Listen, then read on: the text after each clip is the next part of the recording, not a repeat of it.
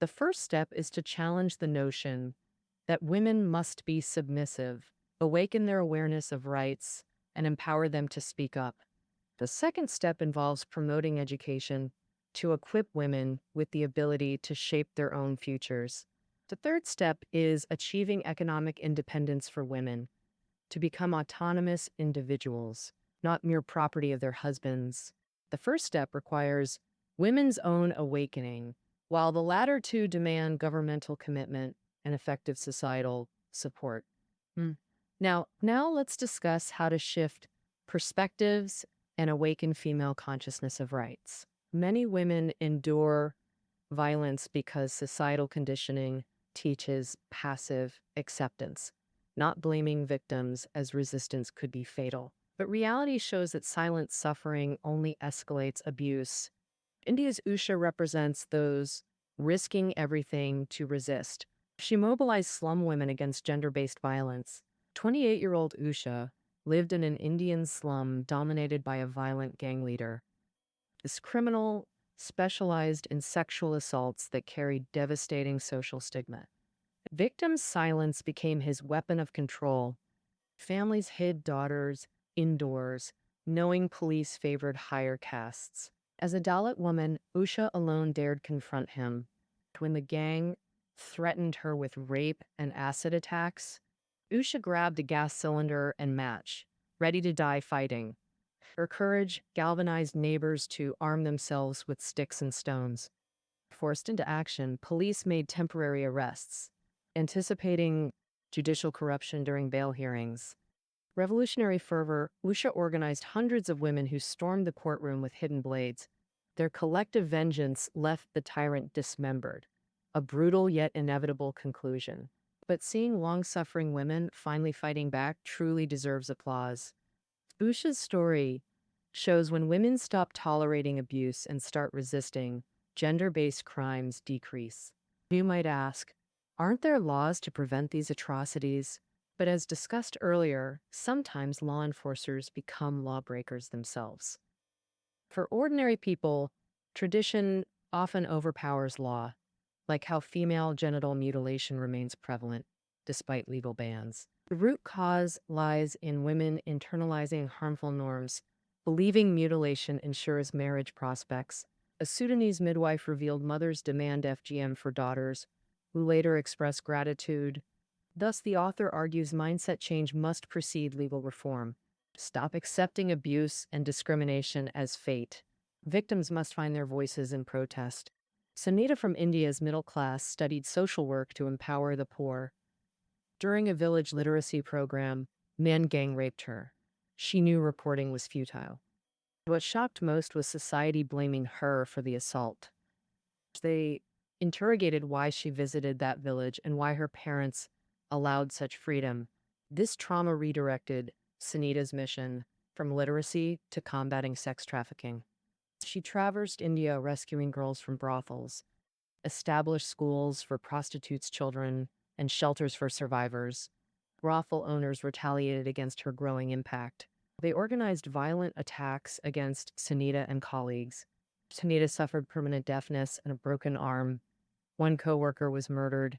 Realizing solitary efforts weren't enough, she forged government and NGO partnerships. Through Ashoka's network, pioneers in social entrepreneurship, Sunita launched vocational training for rescued girls. By 2009, she had helped 1,500 girls acquire vocational skills and rebuild normal lives. The second empowerment pathway is education, prerequisite for women to escape poverty and gain autonomy. Supporting female education goes beyond enrollment. Schools must address girls' health and nutrition needs. For instance, combating intestinal parasites that impair physical or cognitive development. Providing menstrual supplies and toilets reduces absenteeism. School meals and cash incentives boost enrollment. Educated girls often become community change agents themselves. Zimbabwe's education initiative shows each scholarship recipient later supports 5 more girls, proving education's ripple effect. The third empowerment method is economic uplift through vocational training and employment access. The book highlights microfinance's role in enabling female entrepreneurship across developing nations. Pakistan's Cash Foundation exemplifies this approach. By 2009, 54% of its 300,000 female clients gained spousal respect through economic contributions. And Zarmina faced abuse for bearing daughters, worsened by her husband's plan to remarry for sons. Despite poverty, her husband prioritized taking a second wife over feeding existing family members. A 65 microloan let Zarmina start an embroidery business, profits reinvested to scale operations. Her venture soon became the household's primary income source. Economic value halted abuse and polygamy plans, respect replaced violence. When her third child was also a daughter, the family accepted the girl without objection. Husband declared daughters equally valuable. These three empowerment methods benefit more than just women. Goldman Sachs's 2008 report confirmed gender inequality hinders economic growth. The author argues East Asia's economic boom largely stems from the girl effect.